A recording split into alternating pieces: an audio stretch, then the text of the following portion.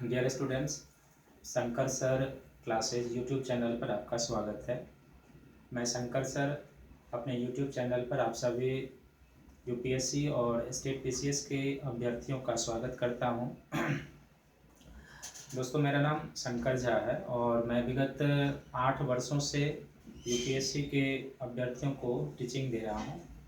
मेरे teaching career की शुरुआत 2012 में समेत आईएएस से हुई थी और 2012 से लेके 2014 तक मैंने समेत आईएएस के दिल्ली ब्रांच पे पढ़ाया था और 2014 से लेके 2016 तक मैंने डिस्कवरी आईएएस में पढ़ाया था और डिस्कवरी आईएएस के लगभग हर एक ब्रांच पर मैंने पढ़ाया थे।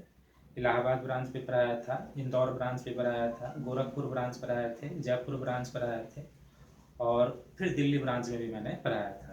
और 2016 के बाद यानी उस समय से लेके और अभी तक मैं पतंजलि आईएएस में एज ए ज्योग्राफी टीचर के रूप में मैं पढ़ाता हूँ।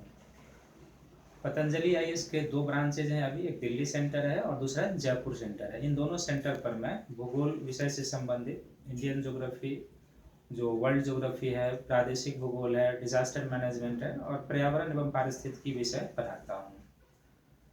मेरी जो टीचिंग करियर की शुरुआत हुई थी और उससे पहले मैंने जो सिविल सेवा का प्रिपरेशन किया था उसके बारे में भी थोड़ी आपको मैं बता दूं, ताकि आप जो सिक्योर हो जाए कि आप जो यूट्यूब चैनल देख रहे हैं और जिस टीचर से आप पढ़ रहे हैं वो एक मजा हुआ कलाकार है, इसमें आपको कोई संशय नहीं होना चाहिए। मैंने अपने यूपीएससी की तैयारी 2005 से शुरू की थी और 2007 में मैंने पहला अटेम्प्ट लिया था। 7, 8, 9 और 10 4 कंटिन्यू अटेम्प्ट मैंने यूपीएससी के मेंस लिखे थे। 2 अटेम्प्ट में मैंने इंटरव्यू भी दिया था। इसके बाद मैंने बीपीएससी के भी 3 इंटरव्यू दिए हैं, जो 53वीं से 55वीं बीपीएससी हुआ था उसका, 56वीं से 59वीं बीपीएससी का और फिर 60वीं से 62वीं बीपीएससी। ये तीनों बीपीएससी मैंने कंटिन्यू इंटरव्यू दिए हैं। इसके पहले मैं 2011 में राजस्थान पीसीएस का भी एक बार इंटरव्यू दिया हूँ और झारखंड पीसीएस हो, यूपी पीसीएस हो, इन सभी पीसीएस का भी मैंने कई बार मेंस लिखे हैं और अच्छे अच्छे स्कोर प्राप्त किए हैं। 2010 तक का जो हम लोगों के चरण में सिविल सेवा का एग्जाम होता था तो उसमें 2 ऑप्शनल पेपर होते थे। एक पीटी में भी एक ऑप्शनल पेपर होता था और मेंस में 2 ऑप्शनल पेपर होते थे। तो हमारे जो 2 ऑप्शनल पेपर थे वो इतिहास और भूगोल थे। मैं पीटी में इतिहास से देता था और मेंस में इतिहास और भूगोल से लिखता था। और बीपीएससी का भी जो मैं 3 बार इंटरव्यू दिया है तो उसमें मेरे हिस्ट्री भूगोल ऑप्शनल पेपर रहे हैं, एसएलएसडब्ल्यू से भी मैंने दिया है। बाकी सभी जगह मेरे हिस्ट्री ज्योग्राफी पेपर ही ऑप्शनल पेपर में रहे हैं। और इससे पहले मैंने यूपीएससी के द्वारा आयोजित किए जाने वाले जो सीपीएफ का एग्ज़ाम होता है उसका भी मैंने 2006 और 2007 में 2 बार इंटरव्यू दिया है। तो मेरे पास अपने व्यक्तिगत तैयारी का भी एक लंबा अनुभव है। जो मैंने सीखा उसमें जहाँ जो गलतियाँ रही वो भी आप लोगों से शेयर करूँगा और 8 वर्षों का मेरे पास टीचिंग का भी एक्सपीरियंस है। तो मेरे यूट्यूब चैनल पर आप भूगोल विषय से, इतिहास विषय और समसामयिक विषयों से संबंधित जो अद्यतन मटेरियल होते हैं वो आपको प्राप्त होता रहेगा। मैं इन तीनों विषयों पर वीडियो बना के देता रहूँगा, आप लोग उसको देखेंगे, लाइक करेंगे, सब्सक्राइब करेंगे और साथ ही आपके जो सुझाव होंगे, जो आलोचनाएं होंगी उसका भी स्वागत है। मैं देखूंगा, उस पर अमल करूंगा और आपके सुझावों को मैं कोशिश करूंगा कि अपने यूट्यूब के चैनल के माध्यम से आप तक पहुंचाने का प्रयास करूं। एक छोटी सी जो ये मैंने अपने बारे में इंट्रोडक्शन दिया है, इसका मूल प्रयोजन यही है कि आप ये जान लें कि आप जिस टीचर से यूट्यूब पर पढ़ने जा रहे हैं वो एक लंबा अनुभव भी रखे हुए हैं और अपने जीवन में कई सारे इंटरव्यू भी दिए हुए हैं। आज इस कड़ी का मैं अपने यूट्यूब चैनल का एक पहला वीडियो बनाने जा रहा हूं और उस पहले वीडियो का नाम होगा जो प्रारंभिक परीक्षा 2020 रणनीतिक परिचर्चा सामान्य अध्ययन पेपर है। तो इसमें जो आज चर्चा का विषय होगा, हम इसमें यही जानना चाहेंगे कि जो प्रारंभिक परीक्षा है खासकर हिंदी माध्यम के लिए, जो जब से सीसैट का पेपर लागू हुआ तब से देखा गया कि हिंदी माध्यम का रिजल्ट काफ़ी नीचे आया है और नीचे आने का कई सारे कारण हैं, लेकिन उसमें एक कारण ये जरूर है कि प्रारंभिक परीक्षा में हिंदी माध्यम के छात्र उत्तीर्ण कम हो रहे हैं और उसी के कारण से उनका अनुपात जो है मुख्य परीक्षा और इंटरव्यू तक जाते जाते और फाइनल रिजल्ट तक आते आते कम होते जा रहा है। तो प्रारंभिक परीक्षा को कैसे पास किया जाए, कैसे इसको टैकल किया जाए, आज की जो हमारी परिचर्चा है वो इसी विषय पर केंद्रित है। इस विषय पर जाने से पहले हमने जो यहाँ पर 4 मुख्य बिंदु लिखे हैं उसमें एक है कि सुरक्षित स्कोर क्या हो। सुरक्षित स्कोर का अर्थ होता है कि हम कितने स्कोर कर लें कि हमें प्रारंभिक परीक्षा में कोई दिक्कत ना हो, हमारा रिजल्ट आ जाए। दूसरा इतना है कि सुरक्षित स्कोर जो आपका होगा उसके लिए आपको कितने प्रश्न बनाने हैं, इस पर चर्चा करेंगे। चौथा इसमें होगा कि जो आप प्रश्न बनाएंगे उसमें मिनिमम कितना सही होना चाहिए। और चौथा इसमें होगा कि वो जो आप प्रश्न बनाएंगे उसके लिए किस किस एरिया पर फोकस किया जाए, किस एरिया को टच किया जाए, उस पर आज हम चर्चा करने जा रहे हैं। इन बिंदुओं पर चर्चा करने से पहले हम ये चाहेंगे कि जो अभी तक यूपीएससी में सामान्य अध्ययन में जनरल छात्रों का जो एक कट ऑफ रहा है उसके बारे में हम जानें। देखिए, कट ऑफ का जो निर्धारण होता है वो कोई आयोग तय नहीं करता है, ये बात आप ध्यान से समझ लीजिए। कट ऑफ का निर्धारण आप जैसे छात्र ही करते हैं। और वो इस तरीके से आप समझ लीजिए, जैसे मान लीजिए कि यूपीएससी इस बार एग्जाम लेने जा रही है, अभी के हिसाब से 31 मई को होना है, और उसमें मान लीजिए कि किसी छात्र ने 200 का जो पेपर होता है उसमें हाईएस्ट स्कोरिंग गया 130 नंबर। तो यूपीएससी अब 130 नंबर वाले छात्र से लेना शुरू करेगी और कैटेगरी के हिसाब से जो आरक्षण है, किस वर्ग से कितने अभ्यर्थियों का उन्हें चयन करना है, उस हिसाब से वो सेलेक्ट करते करते 130 से अब नीचे क्यों रहेगी। और जितना स्टूडेंट उन्हें सेलेक्ट करना है वो स्टूडेंट मान लीजिए कि यदि उन्हें 115 नंबर पर ही मिल गए तो वही 115 नंबर कट ऑफ होगा, उसके नीचे के अभ्यर्थियों का नहीं होना है। ये हमेशा ध्यान रखना चाहिए कि कोई आयोग, कोई कमीशन कट ऑफ निर्धारित नहीं करती है। कट ऑफ का निर्धारण स्टूडेंट के द्वारा बनाए गए स्कोर, सीटों की संख्या और उसके सरकार ने जो आरक्षण के नियम बनाया उस हिसाब से कुछ क्राइटेरिया तय होती है। तो आज का ये जो पेपर है, हम सभी जानते हैं, आप भी जानते हैं कि जो सामान्य अध्ययन जिसको हम सीसैट पेपर 1 कहते हैं, इस सीसैट पेपर 1 में 100 क्वेश्चन होते हैं और जो 100 क्वेश्चन होता है वो 2 मार्क का होता है। तो इस हिसाब से यह जो पेपर होता है 200 नंबर का पेपर होता है। और एक पेपर और आपको देने होते हैं जो कॉमन एप्टीट्यूड टेस्ट का होता है, उसमें 80 क्वेश्चन होते हैं, वो क्वालिफाइंग नेचर का होता है। जो आपका रिजल्ट बनेगा वो इसी स्कोर पर बनेगा, बट आपको जो सेकंड पेपर है सीसैट का, कॉमन एप्टीट्यूड टेस्ट का, वो आपको क्वालिफाई करना होगा। इस 200 नंबर में प्राय अभी तक जो देखने को मिला है, यूपीएससी का जो कट ऑफ गया है वो अधिकतम 107 नंबर, और फिर जो मिनिमम नंबर अभी तक के कट ऑफ में आया है जनरल का वो 97 नंबर तक आया है, इसके बीच रहा है। यदि हम इन दोनों कट ऑफ को देख लें तो हमें ऐसा लगता है कि यदि अपना कट ऑफ 105 से लेके 110 के बीच अपना स्कोर हो तो फिर प्रारंभिक परीक्षा पास करने में कोई कठिनाई नहीं हो सकती है। हमने 110 इसलिए ले लिया है कि कभी 1-2 नंबर ऊपर भी जाएगा तो आपको पास करने में कोई दिक्कत नहीं होगी। तो फिर भी यदि ये मान लिया जाए कि यदि इस पेपर में आपका 105 से 110 नंबर के बीच है और आपने सीसैट पेपर क्वालिफाई कर लिया है तो फिर आपको पीटी पास करने में कोई दिक्कत नहीं होगी, क्योंकि ये जो स्कोर है काफी मजबूत स्कोर है और यहाँ पर पीटी पास किया जा सकता है। अब देखिए, ये जो 105 110 हम मान लेते हैं, 110 नंबर को ही मान लेते हैं, तो जाहिर सी बात है कि एक प्रश्न 2 नंबर का है, तो 110 नंबर लाने के लिए हमें जनरल स्टडीज के पेपर में कितने प्रश्न सही करने होंगे? 55 प्रश्न सही करने होंगे। और यदि हमने 55 प्रश्न सही कर लिया है और सीसैट पेपर में हम क्वालिफाई हैं तो हम प्रीलिम्स एग्जाम का आराम से क्वालिफाई कर सकते हैं। देखिए, हम एक चीज और यहाँ बताना चाहेंगे आपको, थोड़ा सा ये लगता होगा कि 110 नंबर सर ने ज्यादा रख दिया है। ये ज्यादा रखने का एक मेरा प्रयोजन ये भी है कि जनरली होता क्या है कि जब पीटी का एग्जाम होता है और जब पीटी का फाइनल रिजल्ट आता है, पीटी का रिजल्ट, तो वो जो 1 महीने का समय होता है बड़ा ही क्रूशियल समय होता है। यदि आपका अच्छा स्कोर होगा और आप ये जान जाएंगे कि हम पीटी पास करने जा रहे हैं तो उस 1 महीने में कुछ अच्छे से मेहनत करके आप अपने प्रिपरेशन को एक मुकाम पर पहुंचा सकते हैं। लेकिन यदि आपका स्कोर बाउंड्री पर है और उसके आसपास है तो वो जो 1 महीने का समय होगा उसमें पढ़ाई आपकी नहीं हो पाएगी। आपके मन में बार बार ये आते रहेगा कि पीटी पास करेंगे कि नहीं पास करेंगे, और इस तरह के यदि डायलोमा वाली कंडीशन हो मन में तो पढ़ाई पर इसका जरूर फर्क पड़ता है। तो यदि आप बाउंड्री पर ना हो बल्कि जितना स्कोर जाना उससे 1-2 नंबर आगे हो तो आपके मन में ये संशय दुविधाएं नहीं आएंगी, तो आपका जो वो 1 महीने का समय क्रूशियल समय होगा जो लोग वैसे वेस्ट करने में व्यतीत कर देते हैं, उसमें यदि आपने अच्छे से अपने ऑप्शनल पेपर को 1-2 बार रिवीजन कर लिया है, जीएस के कुछ कोर एरिया को रिवीजन कर लिया है, तो फिर जो मेंस होगा आप उसमें बेहतर लाभ उठाने के स्थिति में रहेंगे। यही मेरा उद्देश्य है कि मैंने 1-2 नंबर ऊपर इसको रख दिया है।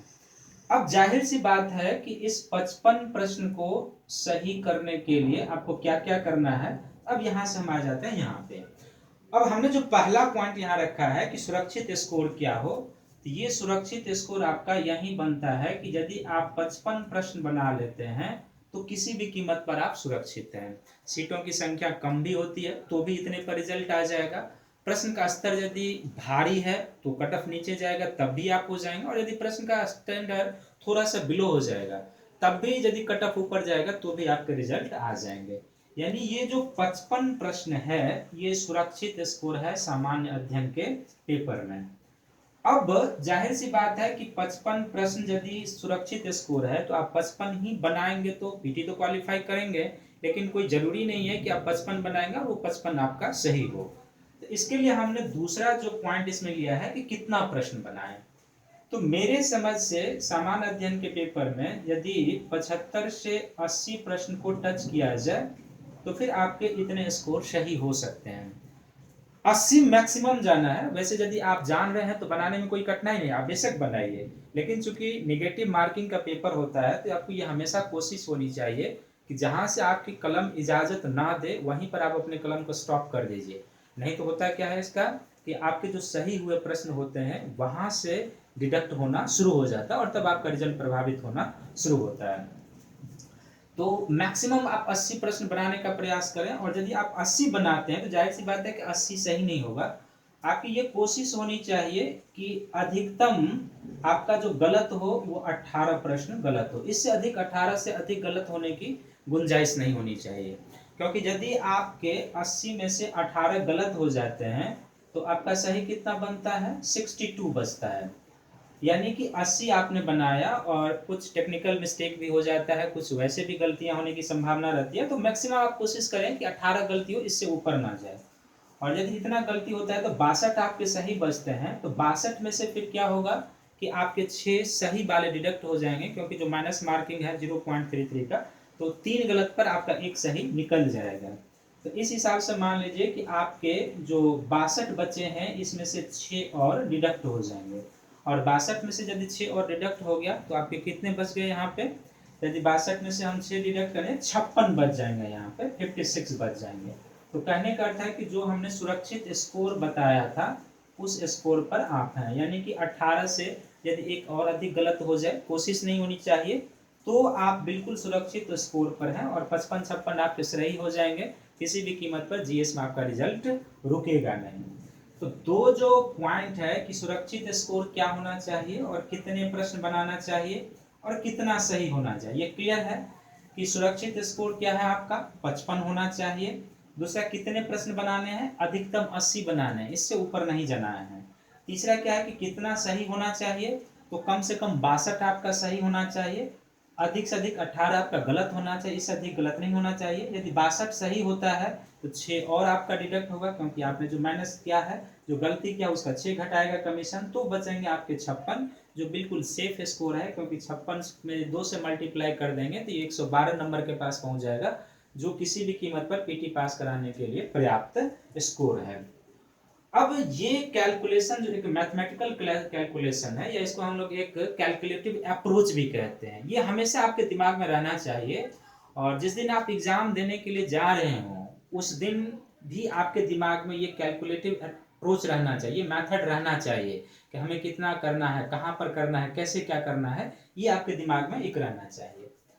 अब बात बनता है कि किस एरिया पर फोकस करें, यानी कि जो आप 80 प्रश्न टच करेंगे, 75 से 80 प्रश्न, इसमें किस किस एरिया को टच किया जाए। देखिए मैं एक चीज बता देता हूं कि कोई भी यूपीएससी हो या फिर कोई स्टेट पीसीएस हो, तो वो जो एग्जाम कंडक्ट करती है उसमें कुछ ऐसे प्रश्न होते हैं जो रिसर्च स्तर के होते हैं, 2-4 प्रश्न हमेशा ऐसा होता है।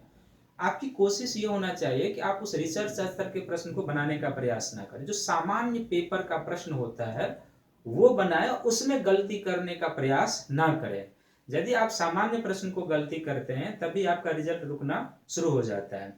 रिसर्च स्तर के प्रश्न सभी के लिए भारी होते हैं, वो हमेशा 1-2 2-4 पूछा गया, हर एक सेक्शन से 1-2 प्रश्न वैसा होता है। तो इसलिए आप मान के चलें कि हमारे पेपर में 100 प्रश्न ना होकर 95 प्रश्न ही है, उस 95 में से मुझे 75-80 बनाने हैं और इस तरह से कैलकुलेट करके आपके दिमाग में रखना है। अब किस किस एरिया पर फोकस किया जाए, तो इसको समझने के लिए जो विगत वर्षों में जो जनरल स्टडीज का जो सेक्शन है और उस सेक्शन से जो प्रश्न आए हैं, उस प्रश्न को देखते हुए हम ये समझ सकते हैं कि किस सेक्शन पर हमें फोकस करना चाहिए, कहाँ से किस तरीके के प्रश्न आ रहे हैं और कैसे क्या होगा, वो आप ध्यान से देखिए। जैसे जो जनरल स्टडीज का जो सेक्शन होता है, जो मुख्य सेक्शन होता है, तो इसमें सबसे पहला जो एक हो जाएगा, उसमें एक हो जाएगा जिसमें ज्योग्राफी प्लस जिसको हम लोग एनवायरनमेंट कहेंगे, एक ये मेन सेक्शन है। इसमें यदि दोनों सेक्शन को हम मिला दें तो प्रश्नों की जो संख्या बनती है वो लगभग 30 के आसपास बनती है। 28 से 30 रहता है। कई वर्ष तो ऐसे हुए कि 36-37 तक इस प्रश्न की संख्या गई है, लेकिन 30 प्रश्न के आसपास इसमें रहता है। इसी तरीके से दूसरा सेक्शन आप देखेंगे तो जो हिस्ट्री है और प्लस जो आर्ट एंड कल्चर है, इस हिस्ट्री और आर्ट एंड कल्चर से भी 15 से 18 प्रश्न रहते हैं। तीसरा इसी तरीके से जो पॉलिटी है, यानी जो कॉन्स्टिट्यूशन है और भारतीय राज्य व्यवस्था जो है, यानी पार्लियामेंट्री सिस्टम, इससे भी लगभग 12 से 15 क्वेश्चन रहते हैं। कभी कभी इसमें भी एक दो प्रश्नों की संख्या बढ़ती है। चौथा जो इंडियन इकोनॉमी का होता है, इसमें वर्ल्ड इकोनॉमी का सेक्शन नहीं होता है, तो इंडियन इकोनॉमी के सेक्शन से भी लगभग 20 से 22 प्रश्न होते हैं। इसी तरीके से जो पांचवा सेक्शन बनता है वो इसमें बन जाता है, जिसको हम लोग कहेंगे साइंस का, और साइंस प्लस टेक कहेंगे इसको। तो साइंस प्लस टेक से भी लगभग 15 से 20 प्रश्न इसमें रहते हैं। और जो छठा सेक्शन बनता है वो होता है समसामयिक का, जिसको हम लोग करंट कहते हैं, जिसमें नेशनल इंटरनेशनल करंट रहता है। देखिए यहाँ पर मैंने आपको बताया था कि मैक्सिमम अटेम्प्ट आपको लेना है 80, दूसरा आपको सही इसमें कितना करना है 62, और तब आपका स्कोर कट कर कितना आ जाएगा 56-55 के आसपास आप रहेंगे। तो अब इस कैलकुलेटिव अप्रोच से यदि हम इस सेक्शन पर चलते हैं तो आप ध्यान से देखेंगे, हमारी कोशिश होनी चाहिए कि ज्योग्राफी और एनवायरनमेंट से यदि 30 प्रश्न आता है तो आप कोशिश करें कि इसमें 25 प्रश्न बनाएं। 5 देखिए, जो इंडियन ज्योग्राफी का होता है और जो वर्ल्ड ज्योग्राफी का होता है वो प्रश्न तो बनने वाले होते हैं, उसमें कोई गलत नहीं होनी चाहिए। इन्वायरमेंट का एक दो प्रश्न ऐसा होता है जो काफी रिसर्च स्तर का होता है, कई सारे बुक पढ़ने के बावजूद भी आपको उसका उत्तर नहीं मिलेगा जनरली, तो वैसे प्रश्नों को छोड़ देना चाहिए, नहीं टच करना चाहिए। 25 प्रश्न 24 प्रश्न यहाँ से बनाए। आर्ट एंड कल्चर और हिस्ट्री में यदि 18 प्रश्न आ रहा है तो यहाँ से 15 प्रश्न बनाए जा सकते हैं। यदि 15 प्रश्न आप बना लेते हैं तो बेसिकली मॉडर्न इंडिया पर फोकस करके, और कैसे क्या होगा उस पर हम चर्चा कर देंगे, लेकिन अभी एक स्कोर पर पहुंच जाते हैं कि कैसे। इसी तरीके से यदि पॉलिटी में 12 से 15 यदि 15 आता है तो आप यहाँ 12 प्रश्न बनाएं। इंडियन इकोनॉमी में 20-22 क्वेश्चन होता है, कभी कभी 23-24 भी होता है। तो देखिए इंडियन इकोनॉमी का जो सेक्शन होता है ये बिल्कुल करंट बेस होता है, ट्रेडिशनल चीजें यहाँ नहीं पूछी जाती। और फिर 2 साल 3 साल से यूपीएससी ने करंट पर फोकस करना शुरू कर दिया है, तो यहाँ पर भी जो है सो बनाया जा सकता है। लेकिन यहाँ पर होता क्या है कि कुछ स्टूडेंट को ऐसे होते हैं जिनको इकोनॉमी पर उतनी समझ नहीं बनती है, थोड़ा सा इकोनॉमी बोरिंग लगते रहता है, तो वो इसको छोड़ भी सकता है, फंडामेंटल एरिया कवर करते हुए आगे के सेक्शन को ले सकता है। और नहीं जिनकी अच्छी समझ है इकोनॉमिक्स पर, वो भी इसको कवर कर सकते हैं। और इसी तरीके से तो जो यहाँ पर है, यदि आप कम से कम 50% भी बना लेते हैं, यदि 20-22 पूछता है आप यहाँ 11 प्रश्न बनाइए। साइंस एंड टेक में यदि 20 प्रश्न पूछता है तो आप यहाँ कोशिश कीजिए कि 15 प्रश्न बनाइए। अब यदि आप इसको करंट यदि सब में शामिल होगा, क्योंकि जो ज्योग्राफी में इन्वायरमेंट का सेक्शन होता है यहाँ इससे करंट जुड़कर आएगा, यहाँ का जो कुछ करंट होगा वो ज्योग्राफी के इन्वायरमेंट के सेक्शन में जाएगा। दूसरा करंट का जो सेक्शन होगा वो जो पॉलिटी और राज्य व्यवस्था का सेक्शन होगा उसमें चला जाएगा। जो कुछ अमेंडमेंट होता है उससे पूछ दिया जाता है प्रश्न, कई सारे जो बिल लाती है और जो अधिनियम बनता है उस पर सरकार पूछ देते हैं, तो उस पर ये चला जाएगा। पूरी करंट की सेक्शन इंडियन इकोनॉमी का हो जाएगा। और जो टेक्नोलॉजिकल बेस होता है उस टेक्नोलॉजी को भी करंट से आप जोड़कर देखते हैं, क्योंकि यदि हम यहाँ अलग से प्रश्न लिखेंगे तो फिर ये 100 से ऊपर निकल जाएगा। तो जो करंट होगा वो साइंस से जुड़कर रहता है, इकोनॉमिक्स से जुड़कर रहता है, जो इंडियन पार्लियामेंट्री सिस्टम और कॉन्स्टिट्यूशनल प्रणाली है उससे रहता है, और जो इन्वायरमेंट का रहता है उससे ही करंट जुड़कर आता है। यानी इसी सेक्शन में करंट आपको 1 साल का देखना होता है। अब यदि हम इसको काउंट कर लेते हैं तो ये कितने बन जाते हैं, लगभग 60-70 के ऊपर निकल जाता है, यानी कि 5 या 15 और 3 18 का 8 हो गया, 2 1 3 1 4 1 5 1 6 1 7, देखिए 78 मैंने बनाया था। 75 से 78 के बीच आप आराम से बना सकते हैं। अब इतना यदि आपने 80 के आसपास स्कोर कर दिया है तो इसमें यदि 17-18 गलत हो जाता है तो भी आपको कोई दिक्कत नहीं होनी चाहिए। यानी कि ये ध्यान रखना है कि कहाँ पर हमें कितना बनाना है। हो सकता है कि जैसे मान लो किसी की इकोनॉमिक्स बहुत अच्छी है तो इकोनॉमिक्स को अधिक फोकस करेगा तो इसकी स्कोरिंग यहाँ पर बढ़ जाएगी। किसी का ज्योग्राफी एनवायरनमेंट अच्छा होता है, इकोनॉमिक्स पर उतना ध्यान नहीं देते हैं, तो यहाँ पर अच्छा करें तो उनका स्कोर बढ़ जाएगा। और हिस्ट्री और पॉलिटी एक ऐसा सेक्शन है जो सबको पढ़ने में अच्छा लगता है, तो वहां पर बराबर स्कोर करने की संभावना रहती है, वो आप कर सकते हैं यहाँ पे। तो इस तरीके से जो ये कैलकुलेटिव मेथड है इसको ध्यान में रखते हुए अपने प्रिपरेशन को यदि अंजाम दिया जाए तो आप जो है सो प्रारंभिक परीक्षा को आसानी से पास कर सकते हैं, इसमें कोई आपको दिक्कत नहीं होगी। हमने इसका दो जो सेक्शन बताया, जो कुछ पिछले वर्षों का उदाहरण लिया था और इस सेक्शन का जो उदाहरण लिया है, इसको आप अच्छे से ध्यान में रखेंगे। जिस दिन एग्जाम देने के लिए जाएंगे उस दिन भी इसको एक बार ध्यान में रखना है और इसी पैटर्न पर देखते हुए एग्जाम में आपको चलना है। अब जाहिर सी बात है कि यदि ये चीजें हैं तो अब प्रश्न ये भी यहाँ से उत्पन्न हो जाता है कि ज्योग्राफी और एनवायरनमेंट में इतना स्कोर करने के लिए, हिस्ट्री और आर्ट एंड कल्चर में इतना स्कोर करने के लिए, पॉलिटी और जो इंडियन पार्लियामेंट्री सिस्टम है उसमें स्कोर इतना करने के लिए, इंडियन इकोनॉमी में स्कोर इतना करने के लिए, फिर साइंस में स्कोर इतना करने के लिए स्रोत क्या होना चाहिए, ये सबसे मूल प्रश्न छात्रों के बीच होता है।